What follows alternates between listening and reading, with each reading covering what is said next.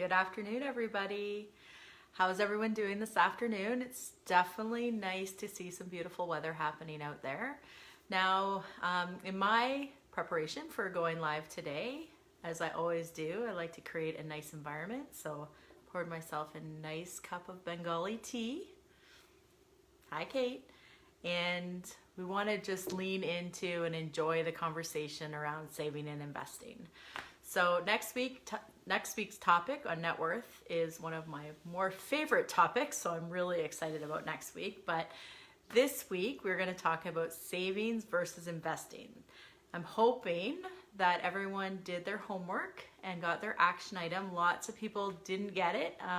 So if you did not get it and you still want the PDF from last week's cash flow, just message me, put a comment below, ask me for it. I'll send it off to you. And out of last week's action item and learning about cash flow, it really is a nice segue into this week's saving and investing. So with your cash flow, now that you've done the action item, or once you do the action item and you have a really good handle on your ins and outs, your needs versus wants, hopefully at the end of the week or end of the month, there's that little extra or a lot extra money left over. So then the question is, what's the next step? So now you gotta decide, are you gonna save it or are you gonna invest it? So the savings piece, I thought a lot about how do I make it really simple, but sometimes savings I find has this like negative word, like nobody likes to save. Like saving is kind of eh. And then investing, it sounds exciting and that's where people make money and that's what rich people do. And in a way, one of the books that I read early on was Robert Kiyosaki, say his name wrong, Rich Dad, Poor Dad. So I would highly recommend you pick up that book.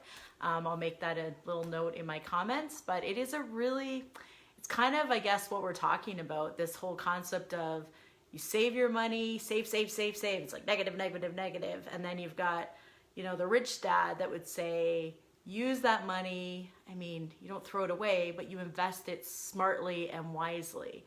So the key is when I think of savings, it's really important to make sure you have enough money. So that's why the cash flow is really the foundation for loving your money and nurturing it and knowing how to leverage it and use it. And if you think of a piggy bank, so there's some piggy banks that have no holes in the bottom, and those are great piggy banks for actual savings. And then there's the piggy banks that have the little plastic thing that you can pull out of the bottom.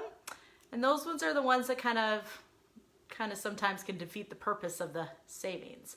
So historically, and I would say even currently with children, this is a great way to get them to start learning about money. Get them a piggy bank with no hole, but then every time they reach their goal, you're gonna actually break it.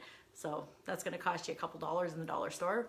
However, it is the better way to do it. The concept being, you got the piggy bank, you save your 50 cents or your dollar or your $10 or your $20. What is the goal you're trying to achieve? For a kid, it might be that video game. For us adults, for me right now, I'm using some of the money I'm saving from not being able to go on trips, not being able to eat out so much, and I'm gonna buy myself an absolutely kick, beep monitor. So I'm very excited about that. And just trying to make my work environment a lot nicer. So in order to save that money, I'm not physically using the piggy bank because I have my strategy, which is in the action item PDF that you can ask me for after. And I'll put that right in the PDF document, how to actually save your money as an adult so you don't have to have piggy banks.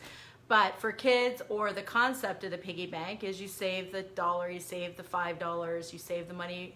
And then once you get that $70 to buy that video game, you break the piggy bank, you take the money, you go buy the video game. So that concept of saving is a dollar in, a dollar out.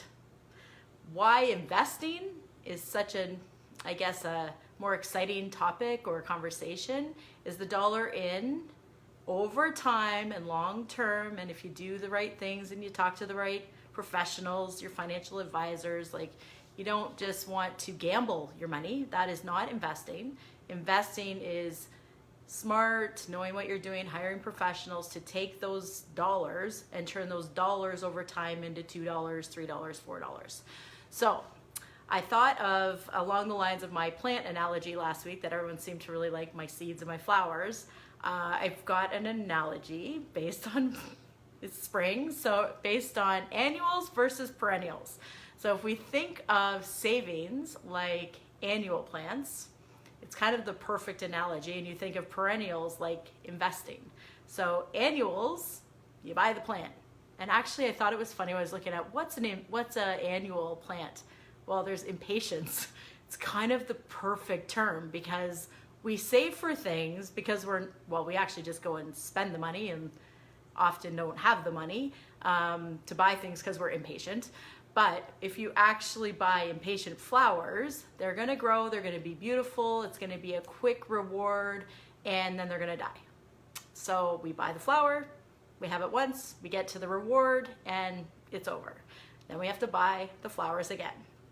So that's very much like savings. You save it, you buy your goal, you get your trip, you get your monitor in my case, you get your video game, whatever the thing is that you're saving for.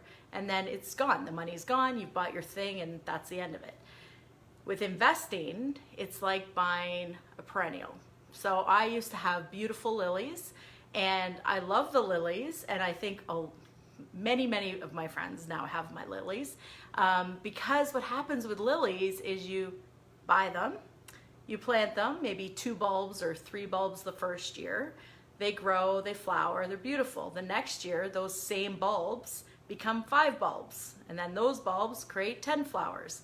And in about year 3, you actually have so many, your lily bush has gotten so big and you have like 20 bulbs, you actually split the bulbs up and you start either maybe giving away a few to friends, which is a nice donation, or you take them and you plant them in another area outside in your house. And really, it's, again, the perfect analogy to investing because that is what diversification is. So you haven't re-put in more money.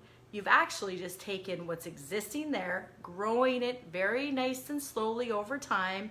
You're doing the right things, and then you can start to diversify and split those lilies up. So why do we do that? Because then if there's a flood on these set of lily bulbs and they die, or maybe they get harmed that year and we don't have as much growth like the stock market, we still have these lily bulbs over here that continue to grow because they're not underwater over here. So that kind of concept is exactly what investing is all about. And where I, put in my title, or where I get excited about trying to not use a negative connotation to savings and a positive connotation to investing, is think of them as kind of one and the same. So as an adult, if I'm going to save my, 10%, which is the good old, Wealthy Barber 101, every kid right now should probably read this.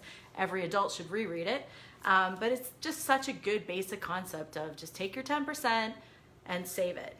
But the reality is the rich dad, poor dad way of thinking about it was you would save the 10%, you put it into one of our beautiful TFSAs, you would hire a financial advisor to make sure that that money is invested at your right, your tolerance level. Like you can make 2% out of your money and it won't go anywhere, or you can have it maybe make a little bit more, but that's your risk tolerance. And again, that's why you hire a financial advisor, to make sure you don't do it yourself and gamble your money. But the beautiful thing is within that TFSA, you're not taxed on the growth, the bulbs are growing, and then guess what? You take out the money for the thing that you were saving, and you haven't depleted the entire initial savings that you actually put into that account. So sorry, I get really excited about this stuff. So hopefully that analogy can make sense to you and help you to think about, okay, now I've got that extra money from managing my cash flow really well. Am I just going to buy annuals and have it disappear? Or am I going to take that money, work with my financial advisors and invest it and have it grow and just be a little more patient to get all of the rewards that we want over time? So that is my savings versus investing, and I'm gonna put a link below today, and if you give me your email address in there and first name, last name, I will send you a summary from today and a PDF with the action item for this week. And in 3 weeks from now, we'll review all the action items, but if If you do the action item this week, you'll be one step closer to loving your money, making it work for you, and making it grow. So until next week, when we're going to talk about net worth, one of my favorite topics, we are going to enjoy the weather this week, do our action items, and we will talk to you next week. And I'm Tracy from Design Your Reality. Hoping you all love your money. Talk to you soon. Bye.